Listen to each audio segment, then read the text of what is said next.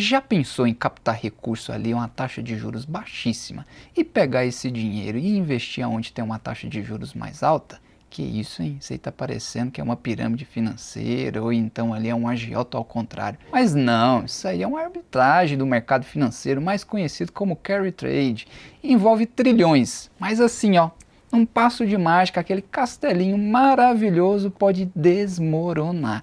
Basta ter uma grande dor de barriga no mercado e cabum, já foi. Bom, você deve estar se perguntando, senhoras e senhores, que programa é esse? Que integrante é esse? Bom, integrante, acho que vocês já devem lembrar de mim, do nosso finado Soco ali. Saudades do Soco, Lucas? Saudade, Soco Saudade. matinal. Mas vai vir muita coisa boa aí Tá que vindo o povo, coisa a gente boa. vai perder Confia. essa saudade. Esse programa ainda não tem nome, então se você tiver uma sugestão, coloque aí nos nossos comentários, por favor. A gente vai dar um brinde para quem der aí o nome mais legal e também não garanto que esse programa vai ter grande vivência, porque pela história ali do Soco Matinal a gente foi só um ano. Pode ser aí também que mude, mas não se apegue muito, ou então se apegue. Estou aqui para trazer um pouquinho mais de conhecimento aí para você no mercado internacional. Vai ser essa pegada dessa parte aqui do canal que vai ser soltada aí todas as quartas-feiras. A gente vai seguir nessa dinâmica, entender um pouquinho mais desse mundo diferente, sair um pouquinho dessa terra tupiniquim aqui e adentrar em mares diferentes, falando ali um pouquinho de Estados Unidos, Europa, Ásia e por que não algum outro mercado aí que você tenha curiosidade. Pode trazer ideias aqui também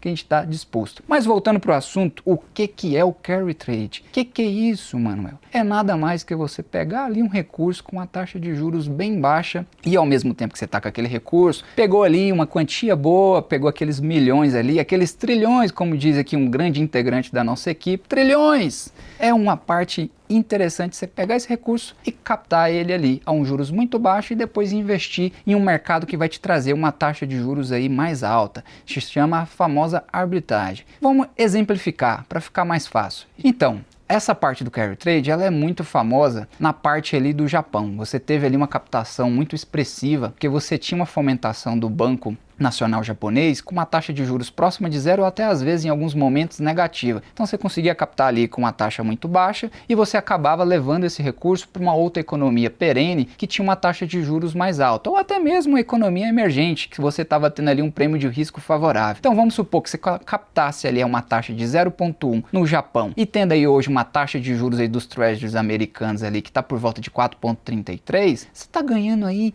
4,23, que arbitragem maravilhosa, 43 vezes a mais ali, só de você fazer isso. Aí você fala, pô, Manuel, isso parece ser muito simples, amanhã eu já vou lá no Japão, ou então vou mandar ali para o meu corretor ali, para o meu consultor já começar a fazer essa operação. Mas calma aí, carry trade é coisa de peixe grande, não é sardinha não. Você já fez carry trade, Lucas? Eu nunca fiz. Eu tô aprendendo agora, mano. Isso aí é diferente, hein? Fazer um carry trade, ó. Você precisa ali, ó, de capital, de money. Geralmente ali é um investidor institucional, é então um hedge fund, os famosos hedge funds que gostam de fazer ali captação e fazer essa arbitragem. Num cenário normal, o carry trade ele é maravilhoso, se não tem uma grande variação de taxa de juros e nem de taxa cambial, que é também um dos grandes problemas, você tem ali uma movimentação perfeita. O mercado vai se posicionar bem, o mercado vai ter um bom desenvolvimento. Só que aí quando tem a primeira tempestade, que é aquele famoso marinheiro de barriga verde, que não está ali muito acostumado, vem a primeira ondinha ali,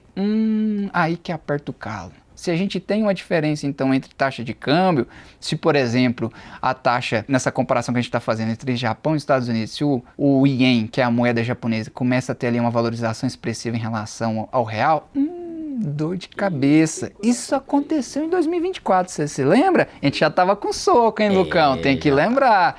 Quem é o soco raiz aqui? Quem é soco lover? Essa aí também ficou a saudade de quem é o soco lover. A gente tinha muito ali essa dinâmica. Foi numa fatídica segunda-feira que o mercado ali ficou paralisado. Então, vou trazer para vocês aqui um pouquinho desses riscos. Para você entender o carry trade, como ele é importante e como ele tem um poder abissal, na década de 2000, tinha ali uma movimentação de cerca de 20% da transação ali entre moedas se especulava que estava envolvida com carry trade. A gente não tem noção exatamente de quantos valores, porque isso é difícil de se metrificar, mas a gente sabe como que isso gera valor e como que isso pode trazer ali também muito prejuízo para quem não consegue fazer ali a movimentação correta. Então é um movimento que pode levar até declínios de certas economias. Foi o que teve de possibilidade de acontecer lá em 2024, que o mercado ficou em pânico, o Japão chegou a cair, mas eu vou entrar mais em detalhes, pode ficar tranquilo que a gente vai para essas partes. Mas então, quais que são os riscos do carry trade? Por que que o carry trade deve ser levado em consideração quando você vai fazer ali uma alocação, principalmente de investidor institucional ou então dos hedge funds? Você tem a variação cambial, então se você tem, por exemplo, captou lá no Japão e vai fazer uma alocação agora, vamos mudar o exemplo no Brasil, se você tem ali uma grande valorização do ien em relação ao real, você vai estar descasalado, porque você vai ter que em algum momento comprar ien novamente. E se você está tendo ali uma grande valorização, o seu real ele não vai ser capaz. E aí de desvalorização do real perante outras moedas, a gente já está mais do que vacinado sobre isso. E isso acontece também em outras economias perentes, como era o caso ali do exemplo que eu citei anteriormente, do dólar perante o ien. Então, como foi o caso do ien tendo uma grande valorização perante o real, o dólar, desculpa, a gente acabou tendo ali esse desencadeamento aí de desfazer o carry trade, que é onde tem ali que mora o perigo. Por quê? Imagina, você pegou ali uma grande quantidade de recursos e você trouxe para os Estados Unidos e começou a investir tanto nos títulos públicos, mas também começou a investir ali na economia real, através de bolsa, através de alavancagem, aí que vem o hedge fund, começa ali a fazer aquela alavancagem marota, e aí ele viu, vai dar ruim, o ien tá subindo.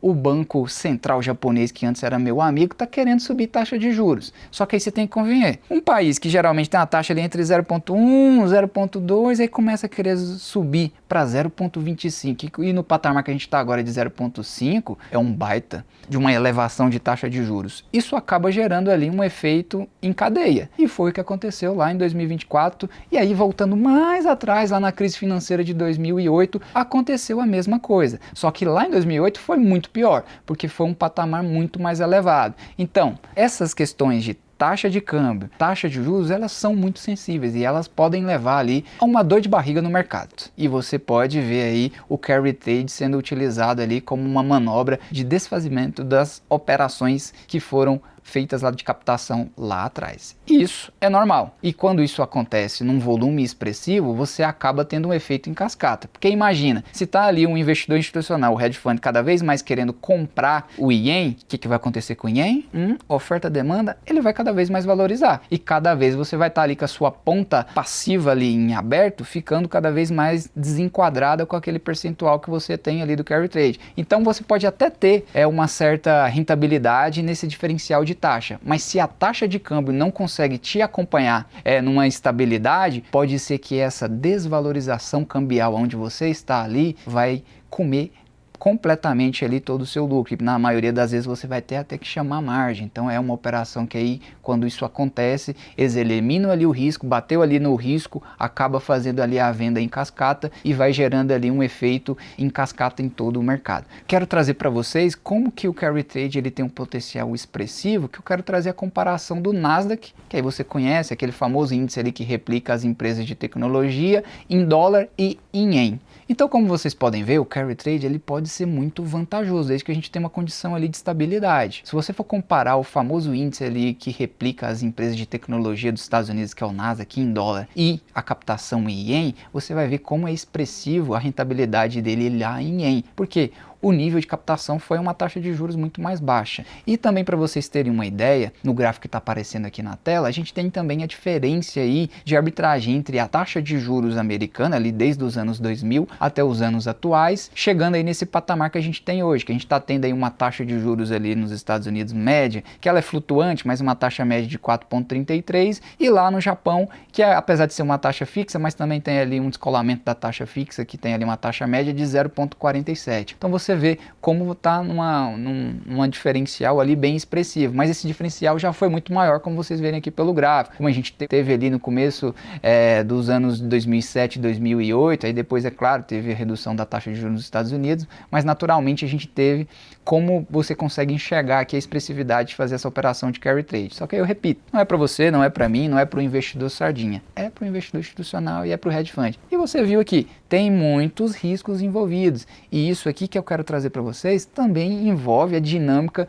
de ciclos econômicos. Como é importante, como isso aqui pode desencadear uma crise. Lá em 2008, a gente teve uma crise e foi muito acentuada pela questão do desmanche do carry trade. O que é esse desmanche do carry trade? Ele tem ali um nome em inglês que é mais firula, é só para você se sentir importante ali naquela roda de amigo, que é o one wind. O que é o one wind? É o famoso desfazimento ali do carry trade, que é quando você fez ali, montou uma posição, você precisa desfazer. Deixa cair para executar lucro ou então para reduzir prejuízo ou reduzir os riscos que você está exposto. Então é muito importante você estar atento a essas informações, tá? Então, nessa parte aqui também, quero trazer para vocês um momento histórico. Lá em 2008, só para vocês verem como é maléfico quando tem ali um desfazimento do carry trade, o ien, em relação a outras moedas que são utilizadas aí para fazer essa compra da captação de recursos, então você capta ali em ien e você acaba investindo em dólar, acaba investindo em euro, acaba investindo em libras, que são outras moedas ali mais fortes e que tem ali um movimento econômico mais expressivo em questão de rentabilidade no longo prazo.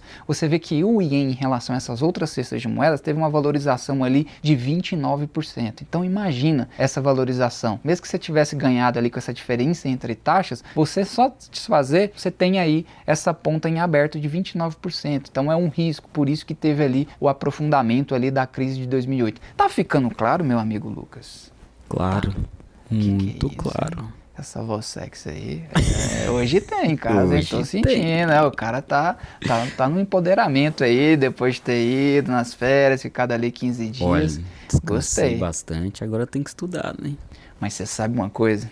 Conta O pra ien mim. ele pode abalar os mercados globais. Mas calma, sempre tem uma solução também. Como teve lá em 2024, como eu disse para vocês, que a gente teve ali uma das maiores quedas no mercado japonês, a segunda maior queda na história, e também uma queda no mercado americano de 3% ali naquele 5 de outubro. Então, foi bastante expressivo. Só que a gente fica preocupado, porque quando isso aconteceu lá, não foi na mesma magnitude de 2008, e quando teve aquele evento, cerca de 50% a 60% do desfazimento do carry trade não tinha sido completado. Por isso que o mercado entrou em pânico e achou que tinha uma outra ponta para ser desfeita. É claro, e você sabe, a gente está aqui, o mercado não panicou, vamos dizer assim, não entrou em circuit break, a gente ainda está vivo, mas os riscos ainda existem. Por quê? Tio Sam é perigoso, tio Sam ali tem problema fiscal, tio Sam gosta de viver ali na corda bamba, apesar de ter uma moeda forte.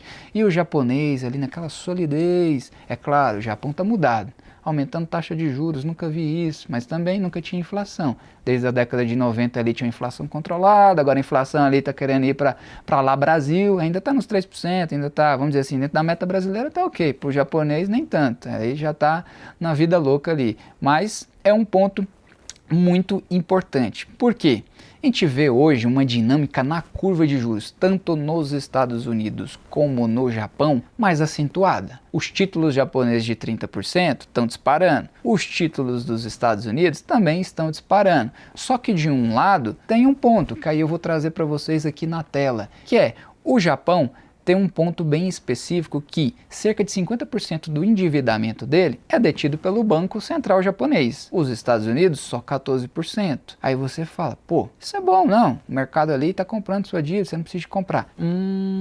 Isso é bom quando está tudo bem. Quando você está chegando num momento que pode ter uma crise no horizonte, isso é perigoso. Por quê? Para o Japão, ele já tem ali uma dívida substancial e boa parte do seu endividamento ele é de longo prazo. Então, se ele aumenta a taxa de juros como ele está aumentando agora, não vai ter um efeito de imediato, porque boa parte desses títulos que ele está alongando, que está tendo que refinanciar, só vai vencer daqui a um longo prazo. Já os Estados Unidos tem uma dívida relativamente alta que vai vencer em 4 anos, cerca de mais aproximadamente ali 28 trilhões. Isso é uma dor de cabeça. Por quê? Os Estados Unidos está num momento muito parecido com o que aconteceu lá em 1940, só que 1940 era um outro momento, a gente estava ali com um senhor que tinha um bigodinho, que queria ali fazer guerra, e estava fazendo a guerra, estava num momento muito diferente. E o que aconteceu? Endividamento em massa. Só que lá a gente tinha uma taxa de juros por volta de 0,4. Agora é 4,33. Imagina ali, ó, Lucão, você está com cheque especial, a gente está com cheque especial, e você fala, agora é hora de eu renegociar. Aí o banco fala, essa taxa que eu tenho, 4,33. Dá não. Acho que não dá não, hein? O Japão, ele fala, acho que dá, porque minha dívida só vai vencer daqui a um tempo, só vai vencer daqui a 20 anos, então ele não tem dor de cabeça. Imagina, cerca de 5% de tudo que você produz no ano é só para pagar juros da dívida. Só os juros da dívida. Você nem está pagando ali o montante para cobrir ali aquele montante inicial. Você está pagando os juros, 5%. O Japão é 0,9%. Ou seja, a gente tem um trabalhinho aí pela frente. Então, os títulos americanos, eles não são mais sólidos. A gente viu aí alguns títulos de 20, 30 anos aí, micando. Colocaram ali no mercado, tinha só o som do grilo lá. E ninguém queria comprar. É um problema que a gente tem. E o que isso quer dizer com carry trade, Manuel?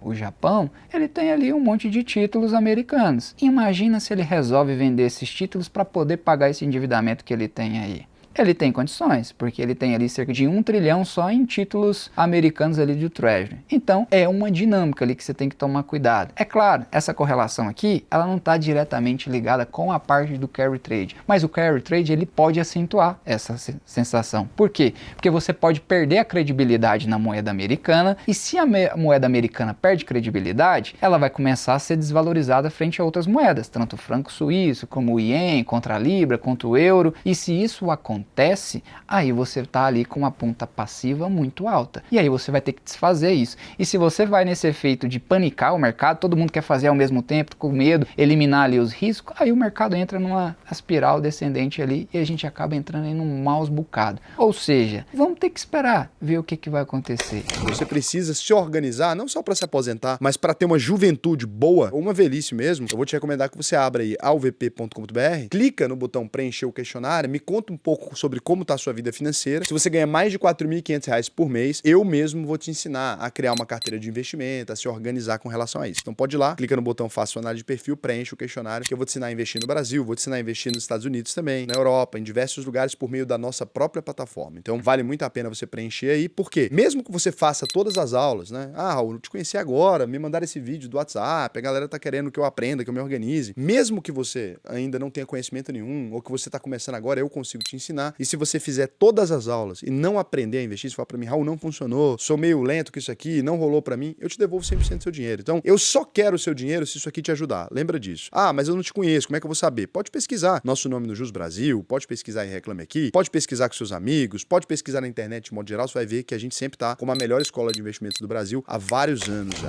Manuel, não quero preocupar em estudar, ou se eu já estudei, mas eu quero ter ali um profissional, quero ter a sua ajuda. O que eu faço? Acima de 500 mil, chama a gente, que a gente vai te atender com o maior prazer. E estamos aqui a cada quarta-feira também para te ajudar aí com essa dinâmica do mercado internacional, tá bom? Obrigado, senhoras e senhores, até mais!